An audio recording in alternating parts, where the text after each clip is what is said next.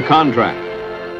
To enter the service of the United States Marine Corps and to report to such posts or stations of the Marine Corps as I may be ordered to join, and to the utmost of my power and ability discharge my services or duties and be in everything conformable and obedient to the several requirements and lawful commands of the officers who may be placed over me. We're ready for their oath, sir.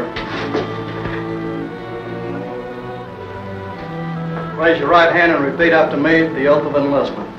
I,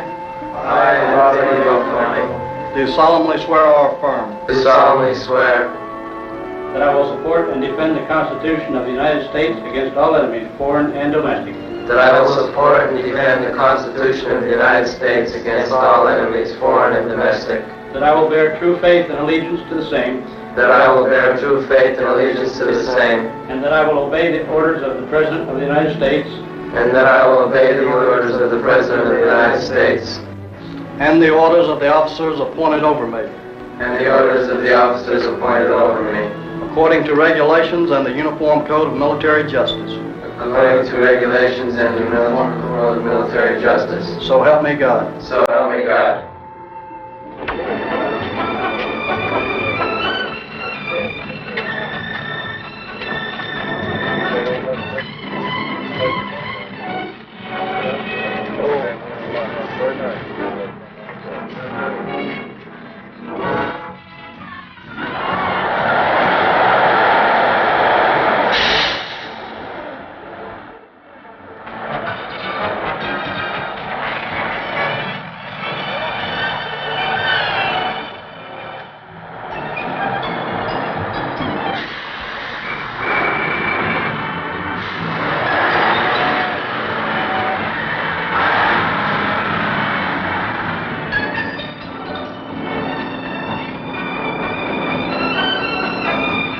This is Parris Island. It's a small island, 3 miles wide and 6 miles long, located at the head of Port Royal Sound near the southern tip of South Carolina. Marines first landed on Parris Island in 1891, when a detachment was assigned to the Navy Yard here. In 1915, the Navy turned over all its facilities to the Marine Corps. Since that time, over 1 million Marines who have served their corps and country in 3 major wars and numerous conflicts from Haiti to Vietnam have been trained on Parris Island. The recruit is a young apprentice in a tough profession. He comes from all parts of the eastern United States.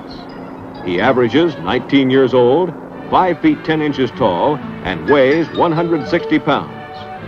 But there are no typical recruits. Each is an individual with a different background. Before they leave recruit training, however, they will be molded into United States Marines.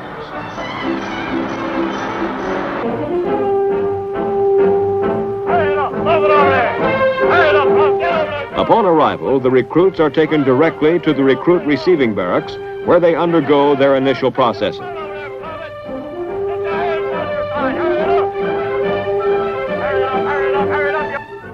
They first complete various forms necessary for the opening of their official records as Marines.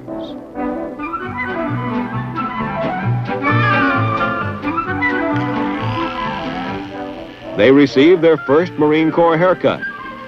Upon arrival, some have long hair while others have curly locks. When they get out of the chair, however, they will have very little hair left, and they will have a uniform military appearance which will help establish equality in the platoon.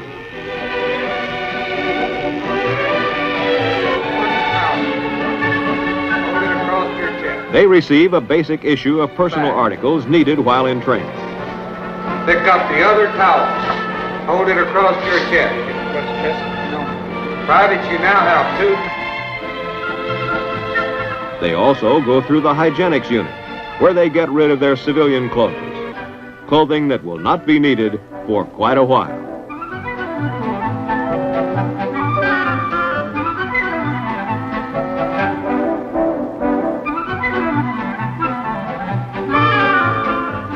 They take a shower. The purpose of the shower is to clean them. but we like to think that it is washing away old habits and ideas. They receive utility uniforms and other clothing necessary for training. Recruits requiring glasses are examined and fitted by optometrists.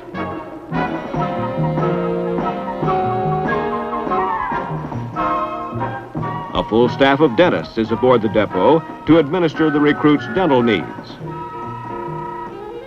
After a recruit platoon has been formed, they are turned over to their drill instructors who will train them for duty with the world's finest military organization. A team of 3 of the best non-commissioned officers in the Marine Corps is assigned to each platoon.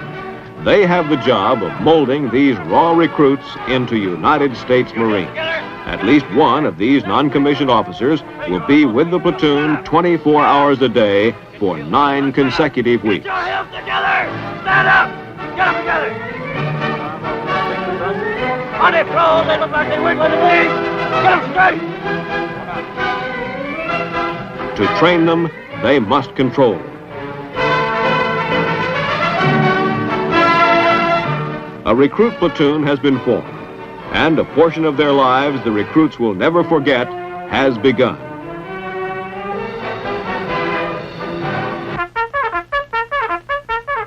Reveille for the recruits goes at 4:55 a.m.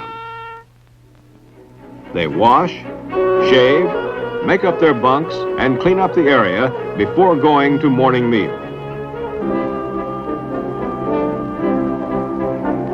At the mess hall, the recruits eat an ample and well-balanced meal.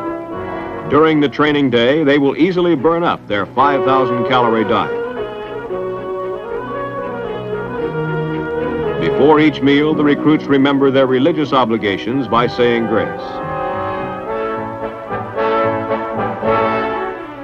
The recruits spend considerable time in the classroom. There, they receive instruction in basic military subjects. During the 3rd week of training, they will be given a written test. Those who fail will be given additional instruction before returning to regular training. Near the completion of training, another test will be given, so that the progress they have made during the entire period can be evaluated.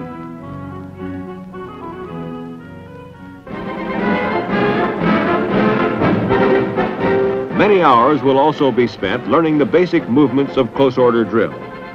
It is through this drill that the drill instructors will begin to build the discipline and teamwork that they want in the platoon. When the recruits first start drilling, they all seem to have 2 left feet, but before long they will start shaping up. The instant and exact response to orders that's demanded of them is obvious to all. The private finds out that there is only one way of doing something, the right way.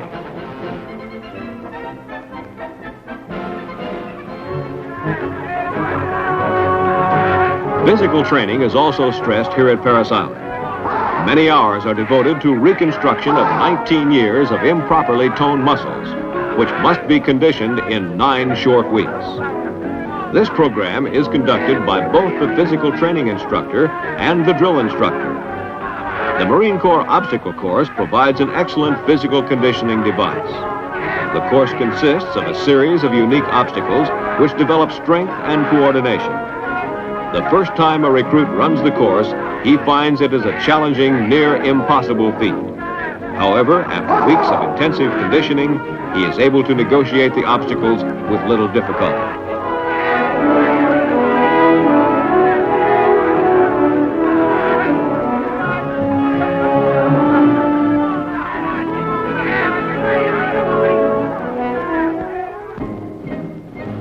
Marines guard the gates of embassies and posts all over the world, and recruits learn and practice the fundamentals and responsibilities of interior guard duty and security. Here the recruit learns the importance of his duty and the trust that is given to him in protecting his country.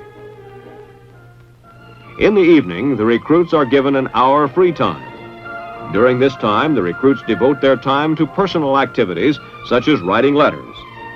Free time is supervised by a drill instructor, and the activities must be constructive.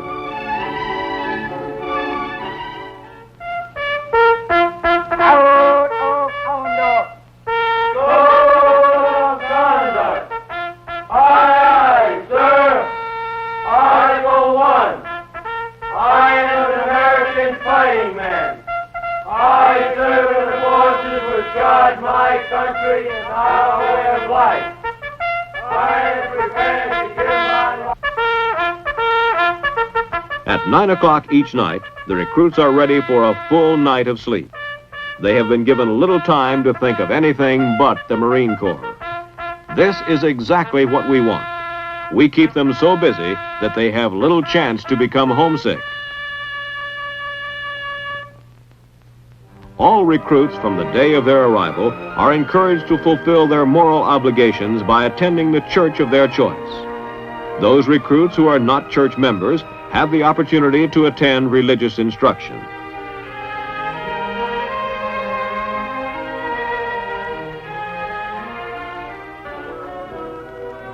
Recruits also attend the chaplain's classroom lectures, which emphasize the importance of the old-fashioned moral virtues in building men worthy of our Corps.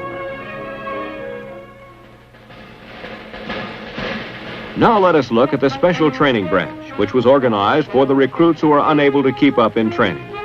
The Physical Conditioning Platoon is divided into two sections.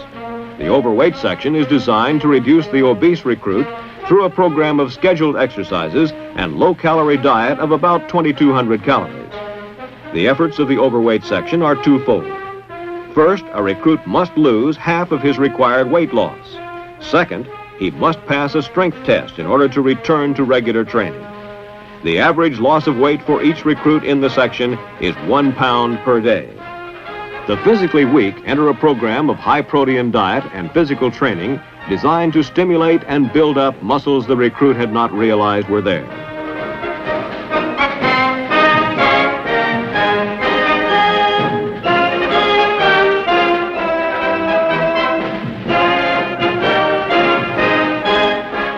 The Proficiency Platoon provides concentrated instruction and review for recruits who have failed their written examinations.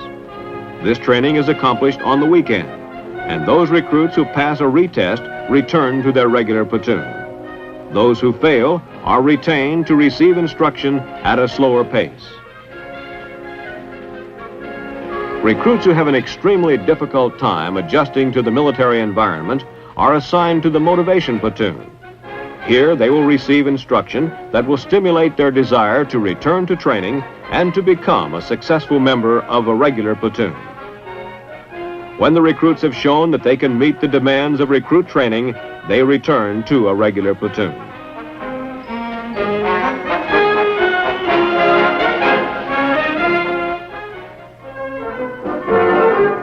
At the end of the third training week, the platoon goes to the rifle range for the all-important training in marksmanship. Here, the recruits will spend the next 3 weeks learning the basic tool of his trade, the rifle.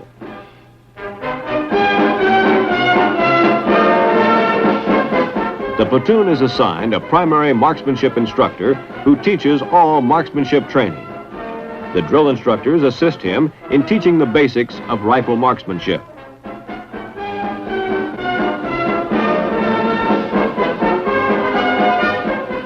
Through many hours of snapping in, recruits develop the muscle coordination and confidence necessary to become a qualified Marine rifleman. The range again emphasizes the part that the individual plays in the success of the team.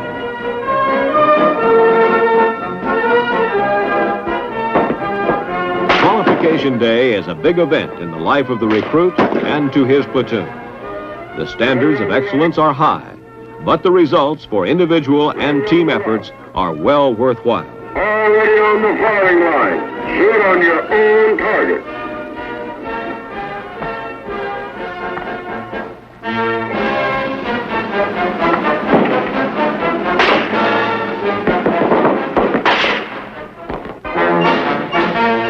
The men who qualify earn the right to wear their badge of qualification as a symbol of their individual marksmanship ability.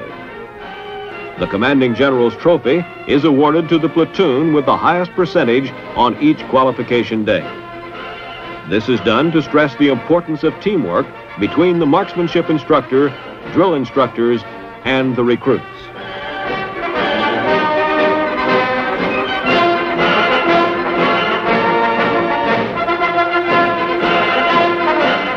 To the recruits firing the highest score in his platoon, Leatherneck magazine awards an individual shooting medal, signifying exceptional performance with the service rifle. A week of mess duty is still another part in the recruits' training. They learn the duties of messmen and become familiar with the operation of a mess hall.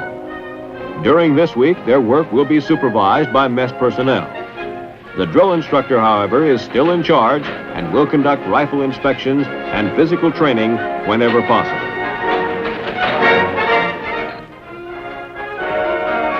The recruits also participate in battalion and regimental field meets.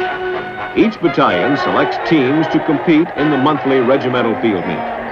This competition is used to build pride, teamwork, and esprit de corps within the units. These events press home the point that if one man lags, the team will suffer, and the burden will fall on the remaining members.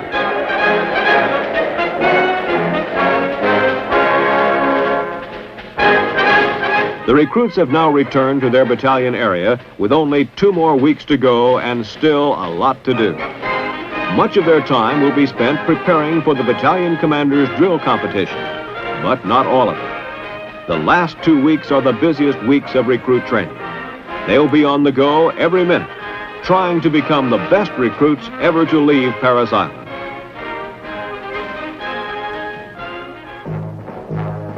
It is during this final phase of training that recruits learn and apply skills in close combat. They are taught footwork and basic bayonet attack movements by experts.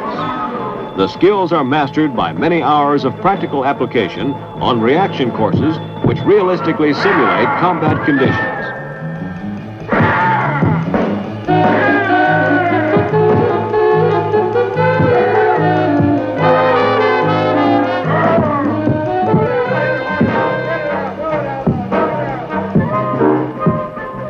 Drill instructors are positioned at points throughout the course to ensure proper execution of attack movements.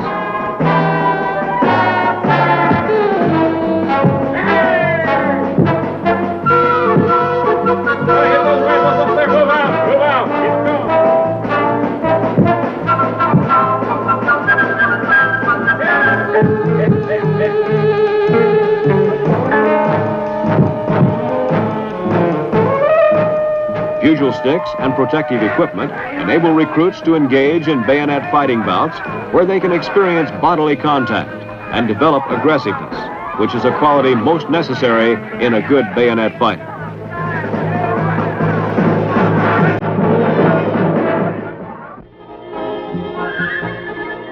The amphibious mission of the Marine Corps requires Marines to be at home on the water, whether it be the sea or a river.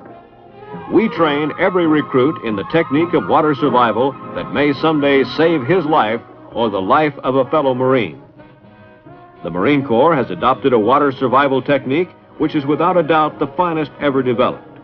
It is based on the natural buoyancy of the human body and employs a set of simple skills and attitudes that will keep a person alive in the water even if cramped or injured. Experts using this method can stay afloat indefinitely.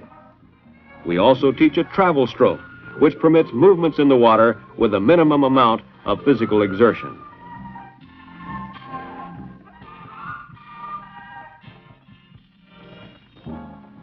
The confidence course training is designed to develop coordination, confidence, and determination within each recruit. The recruit must exercise his own initiative in maneuvering himself through 13 different obstacles, each providing a different challenge.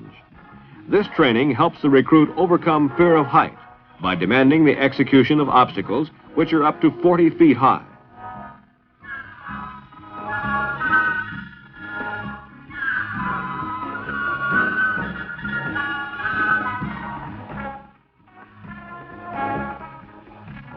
When the recruits complete this course, they even amaze themselves in what they have accomplished.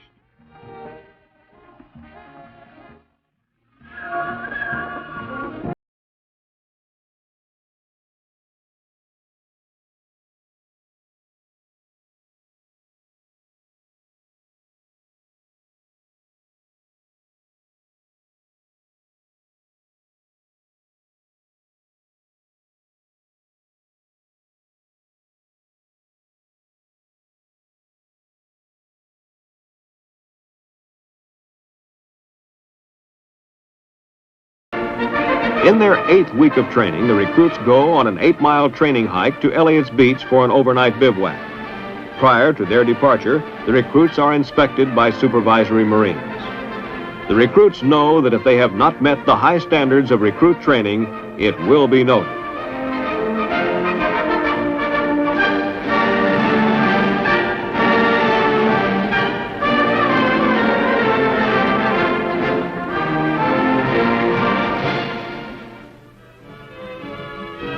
For most of these recruits, this first 8-mile hike is a preview of the many hikes of the future in every climb and place where the Marines can and will take a gun.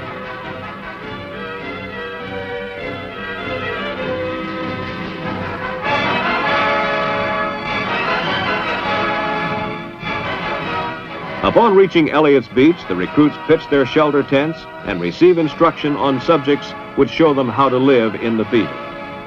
A practical examination is administered during the remainder of the day to determine how well the recruit has absorbed his instructions during the past 7 weeks. The recruit is subject to testing on all the military subjects taught in recruit training. The test consists of 6 stages, each with different problems to solve by actual application.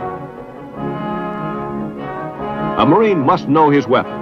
Recruits are tested while blindfolded on the assembly and disassembly of the M14 rifle.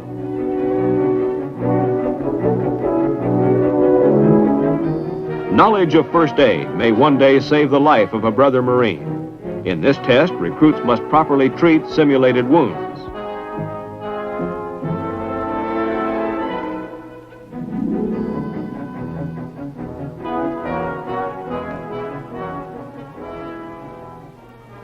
In the bayonet test, recruits must correctly apply the basic bayonet attack movements.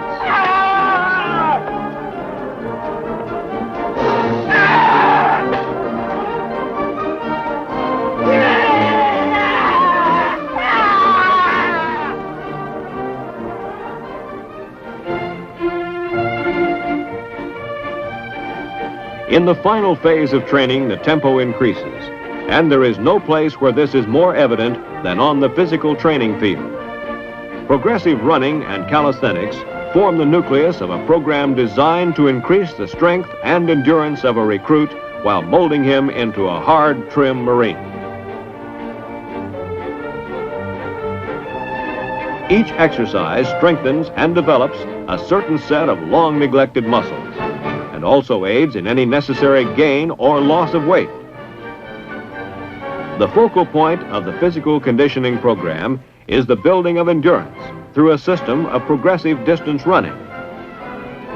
Recruits run 3/4 of a mile early in training and will run 3 miles by their 8th week at Parris Island. During the 8th week, the recruits take the Marine Corps physical fitness test, in which they are tested on their ability to climb the rope, perform repetitions of strengthening exercises, and run 3 miles with their platoon. The physical training is difficult and demanding, as it is designed to be, for when the training is completed, the finished product is a strong, well-motivated, physically conditioned Marine.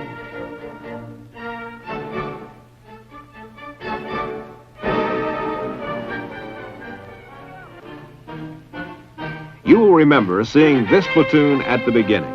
They were raw recruits, unaccustomed to their new military way of life, unsure of themselves, and undisciplined. This is that same platoon just 9 weeks later.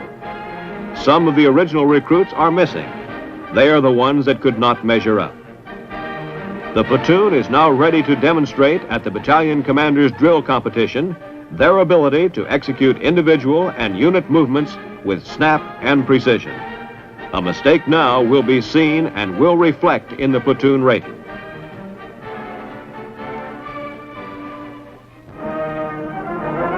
The last hurdle of a recruit is the command inspection.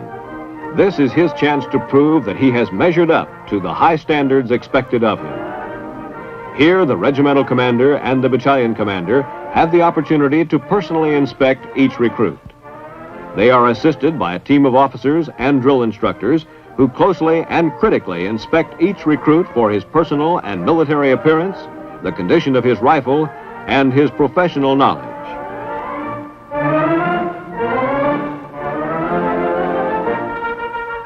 The work of the recruit and their drill instructors is done, and now comes the final review.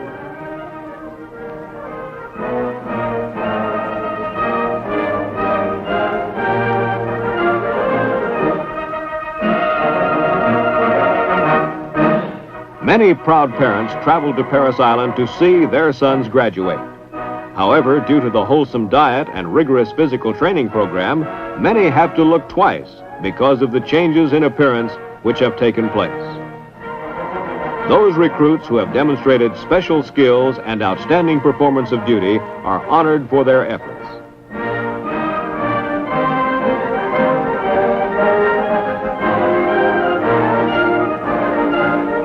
The highest award a recruit can receive is the American Spirit Honor Medal, which is given through the Department of Defense by the Citizens Committee for the Army, Navy, and Air Force.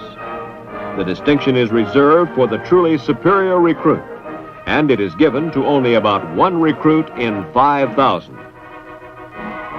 There is the Outstanding Man Award for the best recruit in each platoon. The prize is a dress blue uniform awarded by Leatherneck magazine.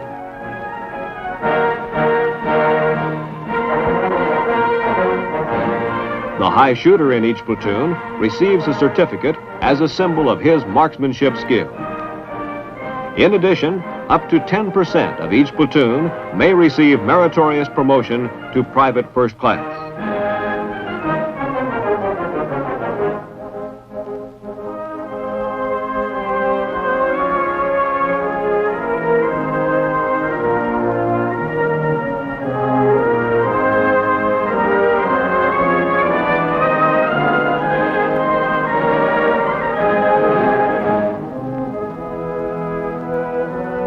As a final reward, the honorees will take the final review with the reviewing officer.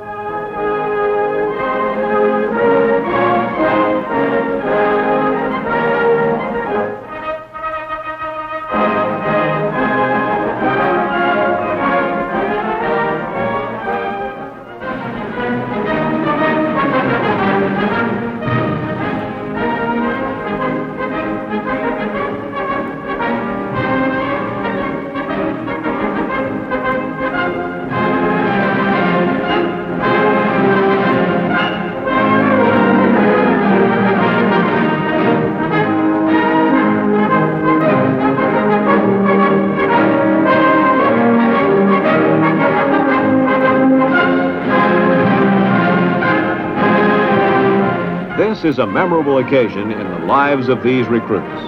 Until this final review and graduation ceremonies, they have always been called recruits or privates. From this day forth, they will be called Marines and will be given the responsibility of Marines. Great demands have been placed upon them here at Parris Island, and they have met the challenge. They are, and in all respects have earned the title, United States Marine.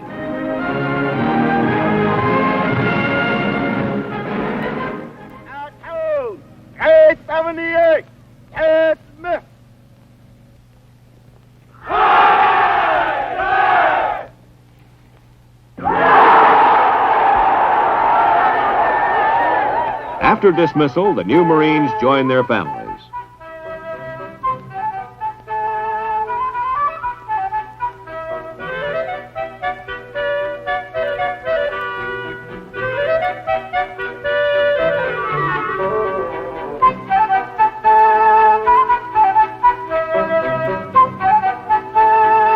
They and their families are served refreshments in their mess hall. Later, they will tour the battalion and proudly show their parents the training at Parris Island.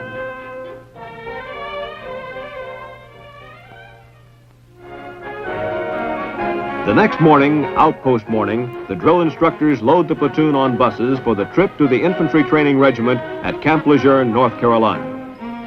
The drill instructors will tell you, our job is done with this platoon, soon we'll pick up another. Our rewards are personal satisfaction of a job well done, and notes like a postcard received from a proud father which said, I sent you a boy, you sent me back a man. Yes, we have trained them to the best of our ability. We have developed them into smartly disciplined, physically fit, basically trained Marines, thoroughly indoctrinated in love of corps and country.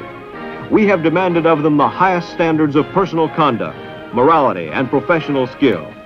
The building of a Marine and the making of an American citizen is a very similar process.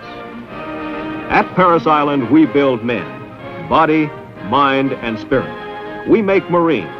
There's nothing fancy about our training, no tricks, no frills, no great technical machines, just honest hard work by the recruits and their drill instructors.